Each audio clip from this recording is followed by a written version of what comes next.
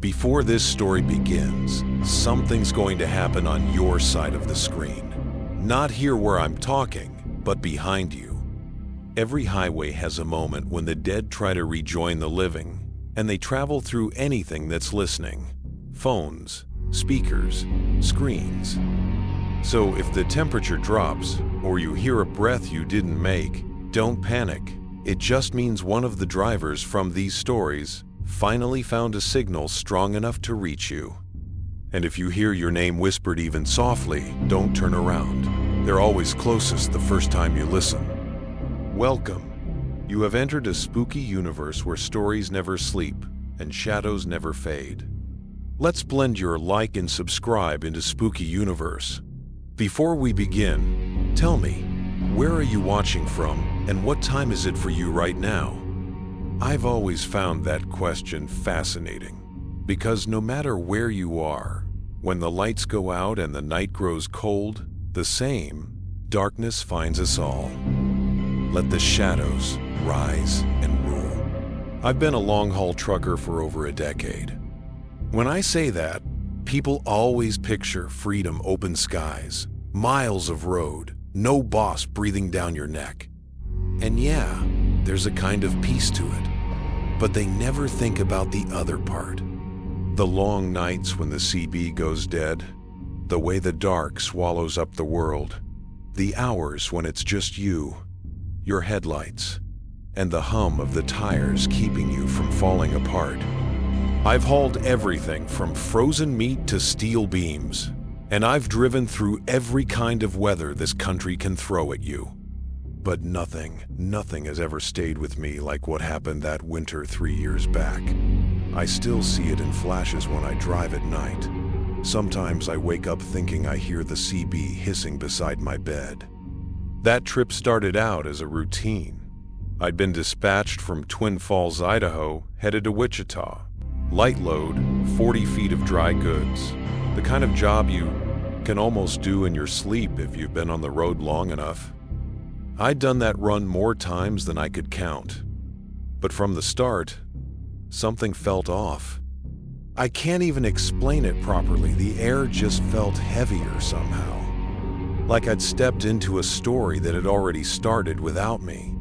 The first night, I left around 8 in the morning, clear skies overhead. By the time I hit Salt Lake, clouds had rolled in thick and gray. I fueled up, checked my mirrors, and decided to keep pushing east before the storm broke. I figured I could make it past Green River before shutting down for the night. Around 9 that evening, the weather turned.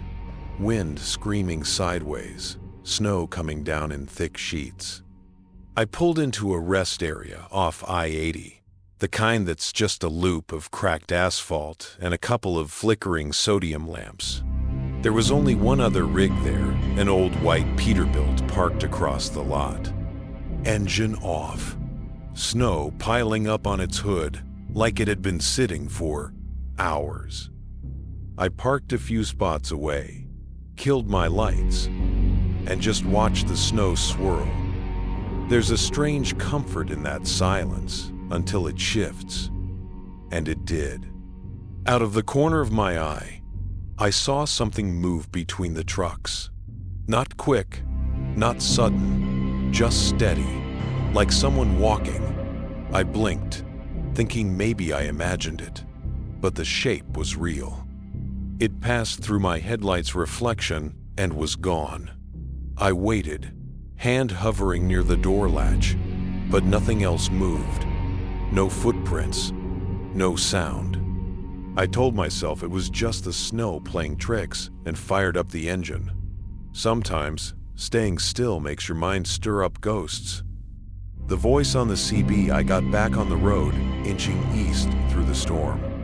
The interstate was almost empty, just me and a few snowplows miles apart. The CB crackled now and then with chatter from other drivers. Most of it was weather warnings, mile markers, the usual late-night talk. But around midnight, the channel went quiet.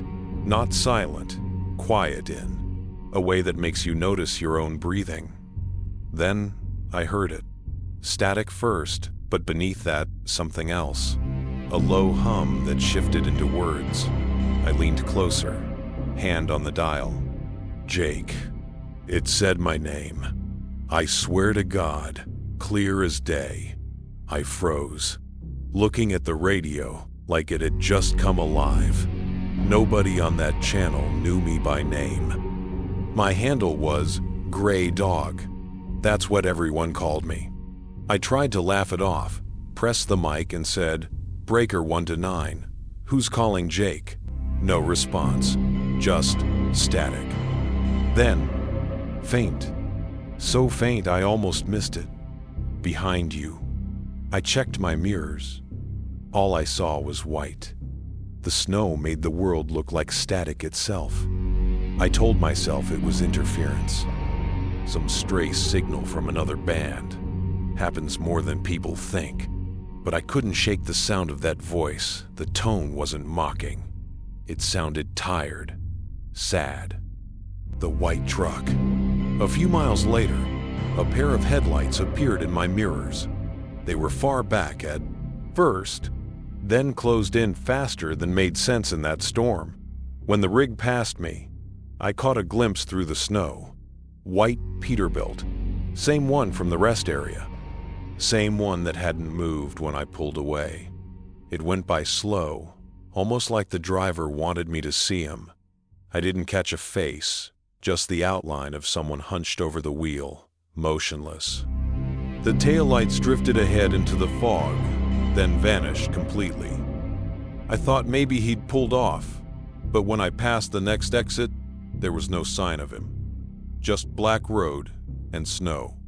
That night I stopped at a truck stop near Rollins. You know, the kind one flickering neon light, a diner that smells like old coffee, and a couple of rigs idling through the night. Inside, there was a guy behind the counter and one old driver nursing soup. I ordered coffee, tried to sound normal. "You were in the 80s?" the counter guy asked. "Since Idaho," I said. "Rough night out there," he nodded. "You see that wrecked couple winters back? Out past Laramie?" I shook my head. He leaned forward a little. White Peterbilt, jackknifed in the ice. The driver never made it. My name was Jake. I laughed awkwardly, thinking he was joking. Funny. That's my name. He didn't laugh. Yeah, small world. I didn't finish the coffee. The second night. The next day, the sky cleared, but the wind stayed mean. I had a good time, but I couldn't get that conversation out of my head. Every time I checked my mirrors, I half expected to see those red taillights again. Late that afternoon, I stopped at a way station that was closed for the season. I wanted to stretch my legs. The snow there was untouched, except for one set of tracks leading around the back of the building. I followed them maybe 20 yards, then stopped dead. There was a pair of tire ruts, deep ones, pressed into the snow, but they didn't lead anywhere. They started in the middle of the lot and ended there too, like a truck had appeared and vanished without moving forward or back. That's when I noticed the smell. Diesel, faint but sharp, and something else under it, cold metal and rot. I went back to my cab fast. I slept with the engine running that night, and around 2 in the morning, I woke up to the CB clicking by itself. The mic light was on, someone was keying in from my rig. I reached for it, hand shaking. Static. Then the voice again. "You left me," it said. The tone was wrong this time. No sadness, just emptiness. "You left me in the snow." I pulled the plug from the unit, tossed the mic onto the passenger seat. But the light stayed on. The sound kept coming, faint but constant, like breath against the glass. The photo. By the time I reached Kansas, I was running on fumes. I checked into a motel just outside of Salina. Old place. Carpet older than me. curtains that didn't quite close. I slept maybe an hour before the dream hit. I was in a white truck.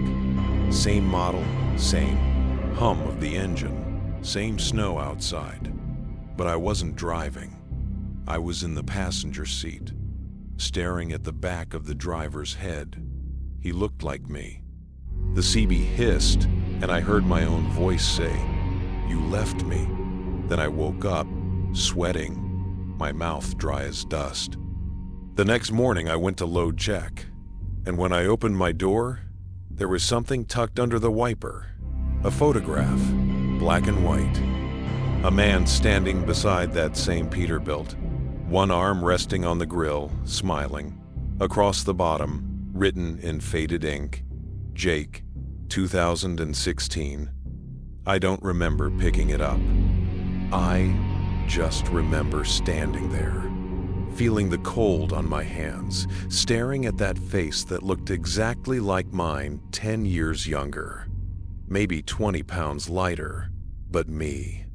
Same eyes, same jawline, same everything. The return trip. When I dropped the load, dispatch offered me another run back north.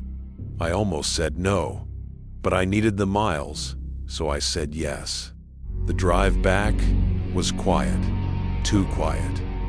I kept the CB off, radio off, everything off. The silence felt safer than the noise. Somewhere near Rock Springs, the storm rolled in again. Same road, same wind. Through the snow, I saw lights ahead. Flashing amber. A wreck. I slowed down, pulled to the shoulder. A state trooper waved me past. But for a second, my headlights hit the scene, a white Peterbilt on its side, wheels spinning slow in the wind. The cab was crushed, the windshield shattered. But through the broken glass, I could see the driver's seat empty. No one inside. That's when my own CB crackled, even though it was unplugged. Breaker, 1 to 9. My own voice. I shut the truck down right there. Sat in silence until dawn. When the snow cleared, the wreck was gone. Not moved, not cleaned up. Gone. The road was empty. Now, that was 3 years ago. Since then, I've seen that truck maybe 4 times. Always at night. Always on a quiet stretch of road when the wind starts to rise. Sometimes it's parked at a rest. Stop, I pass. Sometimes it's behind me. Headlights faint in the mirror, never catching up. I've changed trucks since then, and changed companies too. But it doesn't matter. The voice still finds me sometimes. Through static, through silence, even through dreams. The last time I heard it was 2 weeks ago, parked outside Omaha. I was half asleep when the CB lit up, though it wasn't even connected. The voice was quieter this time, almost gentle. "Keep it between the lines," it said. "You're almost home." I didn't sleep the rest of that night. Sometimes I wonder if it was never about ghosts. Maybe it's something else. Memory. Regret, the road itself playing tricks. But then I remember that picture. I still have it in my glove box, edges worn from my thumb, tracing the same faded letters. Jake, 2016. Tell me something. Have you ever driven so long that you forget which side of the windshield the world's on? Do you ever feel like you left a version of yourself somewhere out there, still driving the same stretch, waiting for you to come back? Keep your lights on, driver. Out here, time gets lost, but nothing on the road ever really does. And if you hear a voice on Channel 19, whisper your name. Don't answer. Some of us never made it home. Title: Mile Marker 313, an original spooky universe story. Have you ever driven a stretch of highway so empty it feels like the world's been erased? That was I. 40 through New Mexico, for me. And it's where I learned that not everything you see on the road is really there. I've been hauling freight since I was 21. Started out running produce, graduated to flatbeds, then ended up with reefer units for a grocery chain. You do it long enough, and your life becomes measured in fuel stops and weigh stations instead of hours. But there's something about the Southwest, the way the horizon just swallows everything that gets under your skin after dark. This happened last summer. I was headed from Flagstaff to Oklahoma City with a trailer full of frozen goods. It was a simple run. I've done it hundreds of times. But that night, I missed my usual pull-off at Tucumcari and kept going another 50 miles before realizing how tired I was. My GPS showed an old rest area near mile marker 313. No reviews, no truck stop symbol, just a gray dot on the map. I figured it'd do. The rest area? By the time I got there, it was close to 2 a.m. The place was barely lit, one yellow streetlight buzzing over cracked concrete. The restrooms looked like they hadn't been cleaned since the 90 seconds. No other rigs, no cars, just an old pickup sitting crooked near the edge of the lot with both doors wide open. No one inside, no movement. I pulled in, parked across from it, and let the engine idle while I filled out my logbook. I noticed the smell first, something metallic mixed with dust and burnt rubber. I thought maybe a tire had blown on someone's trailer or a radiator cooked itself. But when I stepped out to stretch, the smell hit me stronger, like old blood. I did a quick walk around, made sure my lines were secure, and was about to climb back in when I saw it. A boot print on the ground beside my fuel tank. Not mine. Smaller. Fresh. The tread was wet, but the asphalt was bone dry. I looked around, scanning the shadows under the yellow light. The air felt wrong, heavy, and still. I couldn't even hear the wind anymore, and out there, there's always wind. So I got back in the cab, locked the doors, and killed the lights. Sat there for a while, just listening to the hum of the engine. The clock on my dash read 2:13. The GPS screen glitched for a second, flickered, then froze on a blank gray map. Then, through the silence, my CB popped to life. No channel call, no break. Just static, faint, and slow. Then, a voice. "Driver," it said. "You left your lights on." I checked my mirrors. My lights were off. "Breaker, breaker, breaker. 1 to 9, I said. "Who's out there?" The static hissed again, stretching longer this time. Then the same voice, low, calm male. "You'll want to move your rig. Someone's walking the line." That froze me. I turned my headlights on, scanning across the asphalt. The light swept over the pickup, then the trees, then the far end of the lot. For half a second, I saw someone standing by the guardrail, a tall man in a reflective vest, like a highway worker. But when the beams hit him, he stepped backward and vanished into the dark. The highway worker one stayed parked another 10 minutes, trying to make sense of it. Nobody else had a reason to be out there. The nearest town was 30 miles away. Finally, I threw it in gear and pulled back onto the highway, but I couldn't shake that voice. It had sounded too close, too clear, not through the radio, more like it was in the cab itself. I made it maybe 5 miles before I saw him again. The same man in the reflective vest, standing on the shoulder ahead, facing the highway. I slowed down, thinking maybe he'd had a breakdown, maybe he needed help. But as I got closer, I realized he wasn't facing traffic. He was facing away toward the desert, arms hanging stiff at his sides. And when my headlights hit him, he turned. His face was gray, dried out like paper, and his vest was shredded and blackened across one side like it had been burned. His eyes caught the light, but they didn't blink. I swerved into the left lane, heart pounding, and when I looked back in the mirror, the shoulder was empty. Nothing. No man. Not even footprints in the gravel dust that kicked up from my tires. I didn't stop again until daylight. The mechanic at Grant's next morning, I pulled into a small truck stop near Grant's, New Mexico. It was one of those family-run places with a two-pump island and a diner tacked onto the side. The mechanic there, an older guy named Ron, walked up while I was topping off. "Did you run east last night?" he asked. "Yeah," I said. "Passed through around 2. He nodded, chewing on a toothpick. "You stop at the old rest area? 313? Yeah. Why?" He leaned against the pump, eyes narrowing.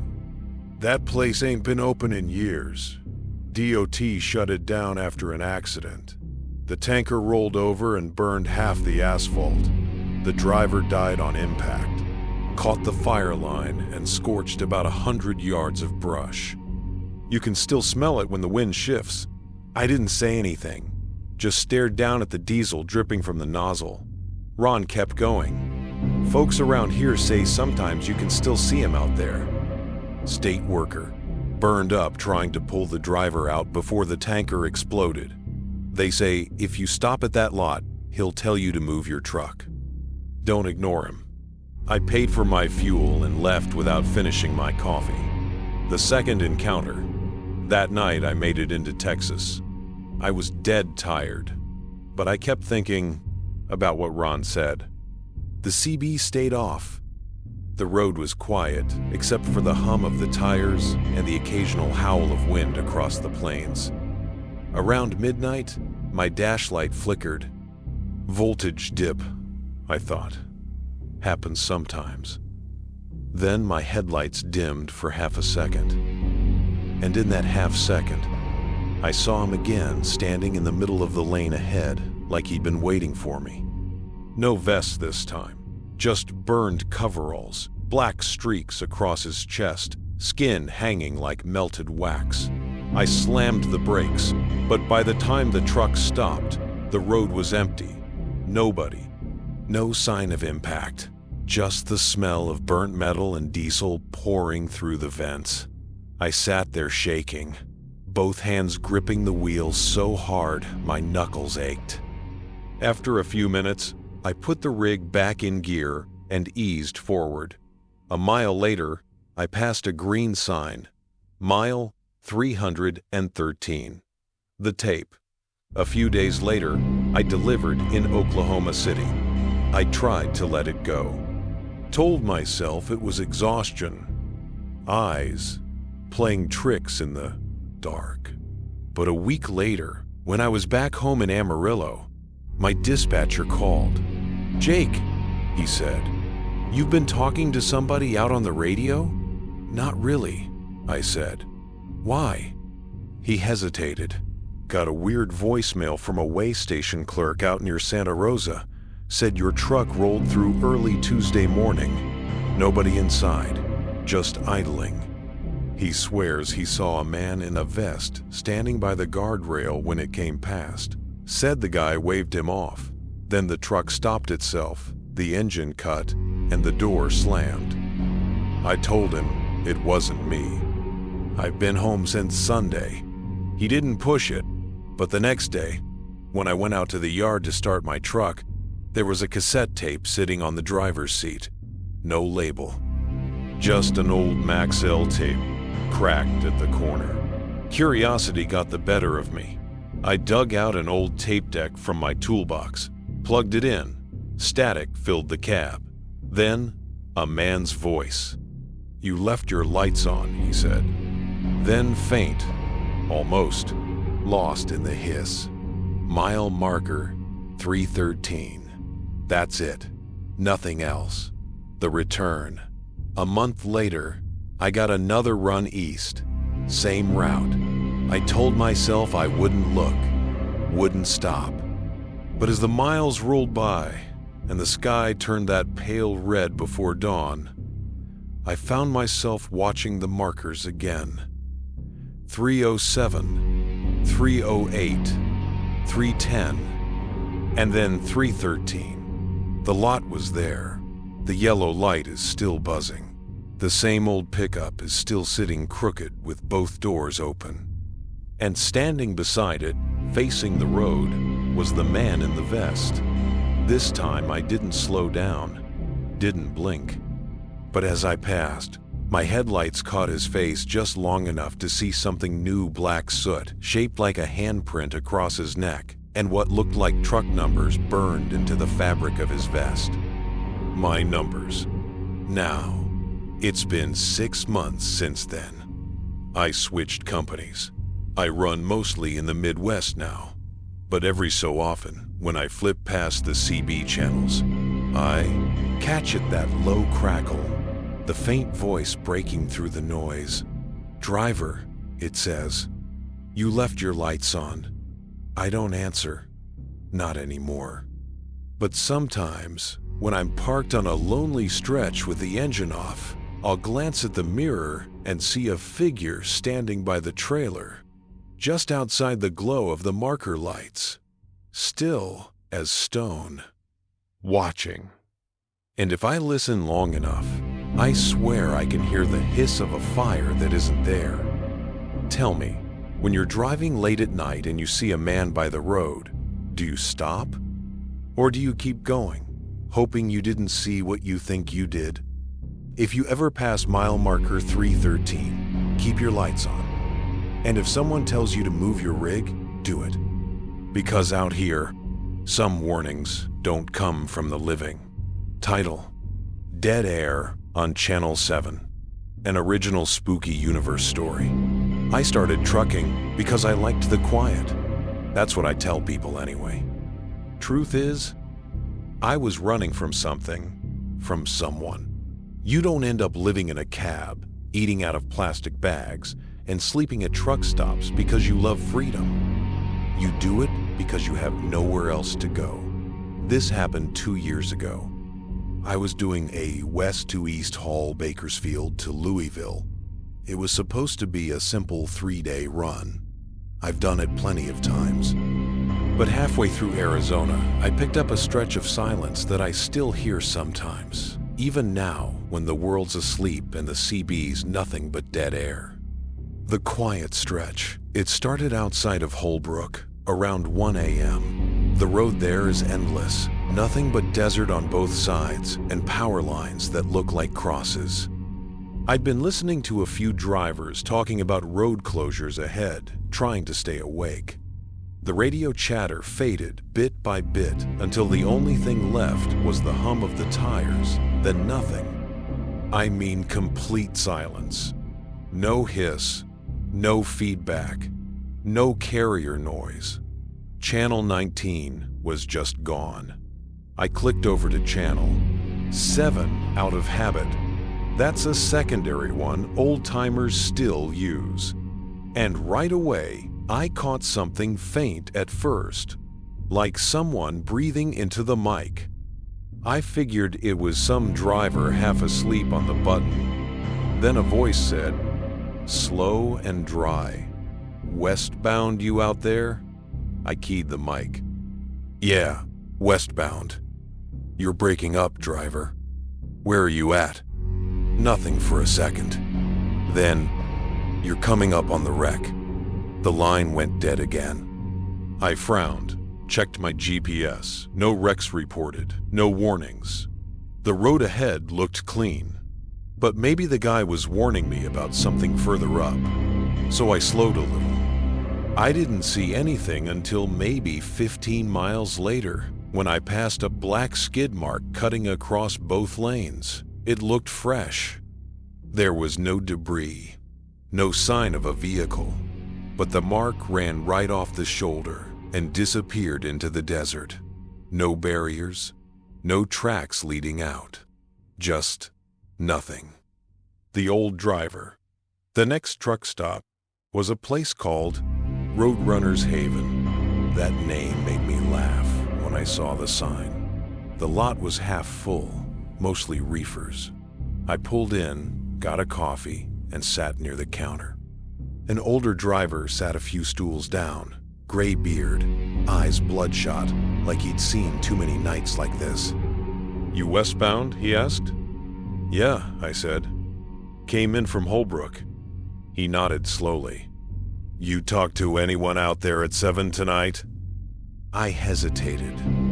"Yeah, actually. Some guy said I was coming up on a wreck." "Why?" The old man didn't blink. "Ain't nobody uses that channel anymore. Not since the accident." "What accident?" He sipped his coffee and stared through the window. "A double rig overturned 5 years ago. Eastbound lane, mile marker 282. They say the driver was calling for help on Channel 7 for hours before anyone found him. CB was jammed open, broadcasting nothing but breathing and static till the batteries fried." I tried to laugh it off.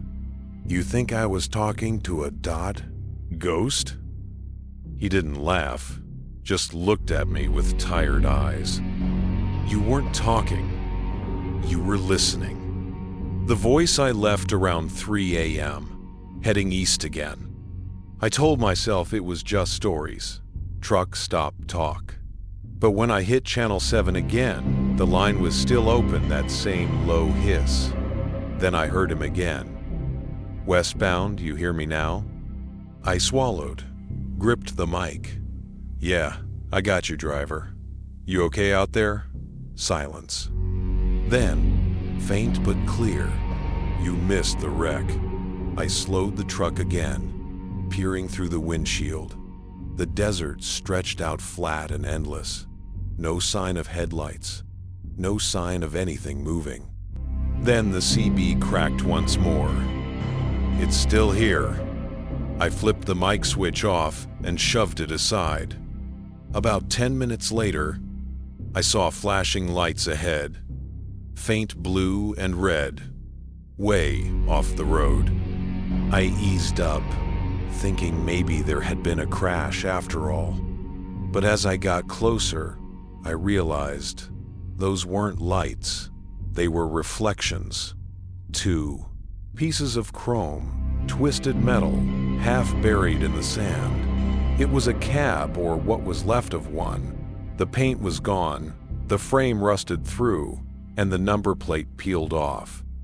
It looked like it had been sitting there for years, but when my headlights hit the windshield, I froze. There was a hand pressed against the inside glass, a glove still on it, melted right to the skin. The tape loop, I stopped at a way station a few miles later. The attendant, a kid, maybe 20, took my paperwork, then squinted at my dash. "Hey driver," he said, "you running a dash cam?" "Yeah." "Why?" "Your camera light's blinking. Usually means it's recording on motion detect, but your truck's not moving." I leaned over. Sure enough, the red light was pulsing slowly. I checked the screen, rewound the footage. My blood ran cold. It showed my truck parked on the shoulder, outside the wreck. But I wasn't in the cab. The driver's seat was empty, and through the windshield, you could see a shape moving around the old wreck. A man in a dark jacket, walking slowly in circles. The timestamp showed 2 whole minutes of footage before I ever hit record. I didn't even remember stopping long enough for that. The haul to Memphis. I didn't tell anyone about it. Not dispatch, not other drivers. Who'd believe me? I figured maybe the timestamp glitched. Maybe I'd zoned out for a minute. But after that night, every time I turned the CB off, it clicked itself back to Channel 7. Always 7. It didn't matter what I unplugged. how many fuses I pulled. The mic would hiss and pop back on. Sometimes it would play things that didn't make sense. Laughter, coughing, someone whispering, "Clear roads tonight," when I was parked in the middle of a storm. Once, when I was fueling near Amarillo, another driver parked beside me. He looked about my age, in the same company. He leaned over and said, "You run in Channel 7? "Not anymore," I said. He smiled thin. "Good. Don't answer it. If you do, you'll start hearing him outside the cab." He walked away before I could ask what he meant. The recording. 2 weeks later, my boss called me into dispatch. He looked pale, like he'd seen something bad. He slid his phone across the desk. "You need to hear this," he said. It was a voicemail from my truck's emergency number. Only I hadn't called anyone. The message started with static, then a long wheeze, like someone exhaling too close to the mic. Then a voice. "You're westbound. You missed the wreck," followed by a faint metal screech. Tires maybe, or steel twisting. Then silence. I looked at my boss. "That could have been anyone." He shook his head. "Came from your truck while it was parked in the yard last night." The night run. That was the night I almost quit. I was running empty toward Albuquerque to grab a backhaul. The sky was clear, stars so bright they looked fake. I kept the CB off, music low. Every now and then, I caught myself glancing at the dash, half expecting that red record light to start blinking again. At 2:42 a.m., the CB came on by itself. A click, a long inhale, then westbound. I didn't touch it, just stared straight ahead. The voice said, "We are still out here." The "we" got me. I flicked the mic off again, but it kept hissing. And through that hiss, I started hearing it faint, rhythmic. The sound of tires rolling on gravel, matching my speed. I looked to my left. For a second, I thought the desert was moving. Then I saw them 5 rigs, no headlights, running silent beside me in the dark, all white, all rusted, moving perfectly in sync just outside the shoulder line. Their windows were blacked out. Their license plates burned away. When I hit the brakes, they vanished. No tire marks, no dust, just gone. Now I don't run that route anymore. I stay east of the Mississippi now, short hauls only. But I keep the same CB unit. And every so often, usually when the fog gets thick and the world goes quiet, it flips itself on. Channel 7, same voice, same dry breath before he speaks. "Westbound," he says. "You hear me now?" Sometimes I answer. I don't even know why. Habit, maybe. Loneliness. I'll say, "Yeah, driver, I hear you." And every time he says the same thing back. "Good, keep talking," makes the road less empty. Then the line goes dead. You've been listening to Spooky Universe, where every story is a small truth dressed as a nightmare. Have you ever thought about how empty the roads are out there? How much silence? All those miles where no signal gets through, where no one's listening except the dark itself? If you ever flip over to Channel 7 and hear someone breathing, don't answer, because sometimes the road talks back, and once it knows your voice, it won't ever stop calling.